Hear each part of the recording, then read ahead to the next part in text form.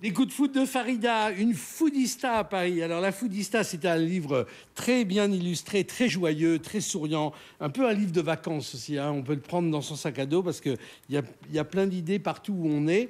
La foodista, c'est celle qui veut pas, d'ailleurs, voilà, vous en êtes l'incarnation, celle qui veut pas renoncer à la fois à être une fashion victime et en même temps à régaler les siens ou les autres de bons petits plats. Et il y a une philosophie du fooding qui consiste à dire la cuisine, c'est pas une affaire de 10 ans d'études, d'azote, de machin infaisable. C'est juste 2-3 ustensiles et surtout l'envie de faire. C'est l'envie de faire, la curiosité, la gourmandise, l'envie de transmettre. Et c'est vrai que ces dernières années, ce livre, en fait, c'est un petit peu mon carnet de route culinaire. Et il est vrai que, comme ça, au prime abord, on pourrait croire que c'est quelque chose un petit peu comme ça, superficiel, la foodista, la fashionista, etc.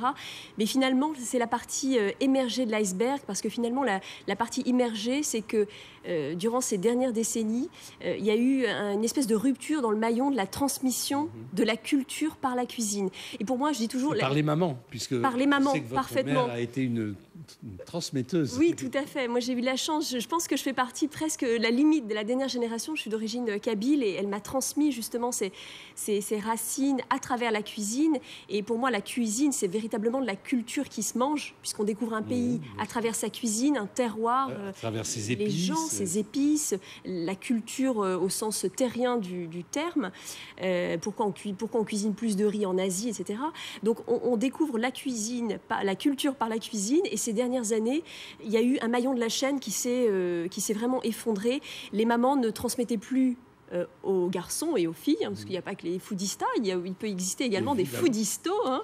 Ce livre s'adresse également aux foodistos.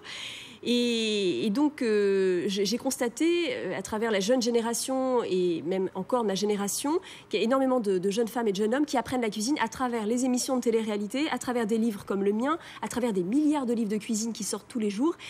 Et c'est un petit peu dommage. Donc là, il faut réhabiliter. Et je sens que là, on est en phase de réhabilitation de tout ça. On a un retour aux sources, retour à l'envie de... Chez les jeunes générations, c'est absolument notable. Bien sûr, de faire plaisir, d'organiser des apéros dînatoires, des goûters, des soirées pizza, etc. Mais pas n'importe quelle soirée pizza. Ils confectionnent des petites pizzas en faisant la pâte, en décorant avec soin. Donc moi, c'est vrai que la foodista, c'est la Wonder Maman qui peut être femme au foyer, célibataire ou autre, mais qui n'a pas laissé de côté son statut de femme. Il y a un grand sourire des hommes qui vous entourent. Hein. Mais oui, elle assume complètement de préparer sa blanquette de veau ou son tagine en stiletto avec un petit top à paillettes. Elle peut aujourd'hui pleinement assumer son rôle de cuisinière sans avoir l'étiquette de femme au foyer qui cuisine et qui... Non, aujourd'hui, la foodista hésite à la limite entre un petit top à paillettes dans une super boutique chic et une cocotte en fonte pour faire un bon plat mijoté. La preuve, j'allais dire par l'exemple, oui. C'est que quelques boutiques de mode aujourd'hui ouvrent des petits coins, salons de thé, dégustation, où on mange quelquefois extrêmement bien parce que voilà, on veut montrer que les deux choses ne sont évidemment pas contradictoires. Ce qu'il y a de très réjouissant aussi, c'est que c'est pas forcément cher et c'est beaucoup d'ingénuité. C'est-à-dire qu'il suffit d'avoir, je le disais au début, quelques ustensiles sous la main et des produits basiques toujours dans son placard et après on se débrouille. Et on peut tout improviser. Et d'ailleurs dans la deuxième partie de mon livre, c'est les must-have de la foodista. Donc c'est tout ce qu'il faut. Vous ne savez pas que je suis un foodisto. Mais oui, mais c'est ce que je ne saviez pas. Là je le découvre et je vois que vous avez lu mon livre avec assiduité. Et c'est vrai que c'est un bon livre de chevet. Mais la deuxième partie, donc c'est les must-have de la foodista. Donc tout ce qu'il faut qu'elle ait dans ses frigos, tout ce qu'il faut qu'elle ait dans ses placards. Si elle veut cuisiner indien, maghrébin ou autre, où est-ce qu'elle peut se procurer les différents types de produits, quelle est l'utilisation. Donc c'est vraiment le b.a.-ba de la cuisine. Et puis dans mes recettes, je donne des recettes par situation et non pas par entrée, plat, dessert, le classique. C'est plus des situations telles que le plateau télé, la soirée plateau télé. Oui, les copains qui débarquent à l'improviste. Voilà. On peut leur faire un plat de pâtes, mais avec une ou deux petites surprises, ça devient un repas inoubliable. Fête, voilà. Et puis il y a une partie aussi, si vous l'avez bien lu, partie bon plan, des bonnes adresses. Mais là, c'est mes petites cantines.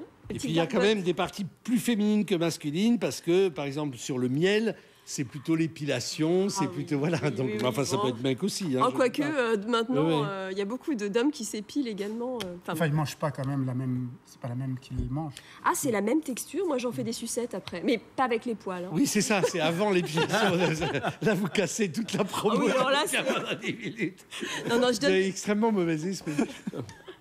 Non, je vais renseigner. Alors, c'est un livre à offrir des enfants aux mamans ou l'inverse, ou les deux?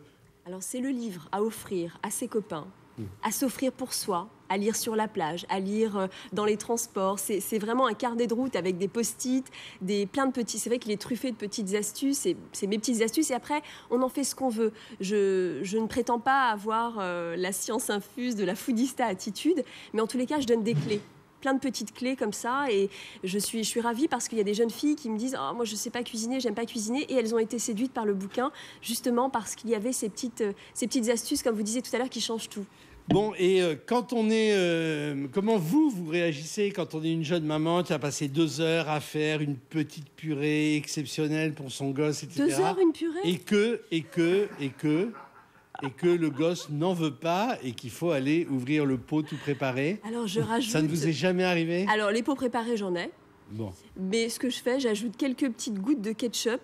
Je fais un plat à pois. Des petits pois de ketchup tout rouge. Et je sais pas, ça marche. Donc essayez. Bon, bah écoutez, Le pointillisme. Ce rire là que j'ai entendu derrière Romain.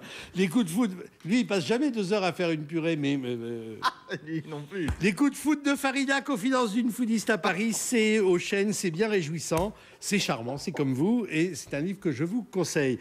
Romain Husneau, on va revenir aux choses sérieuses, un peu de cuisine électorale.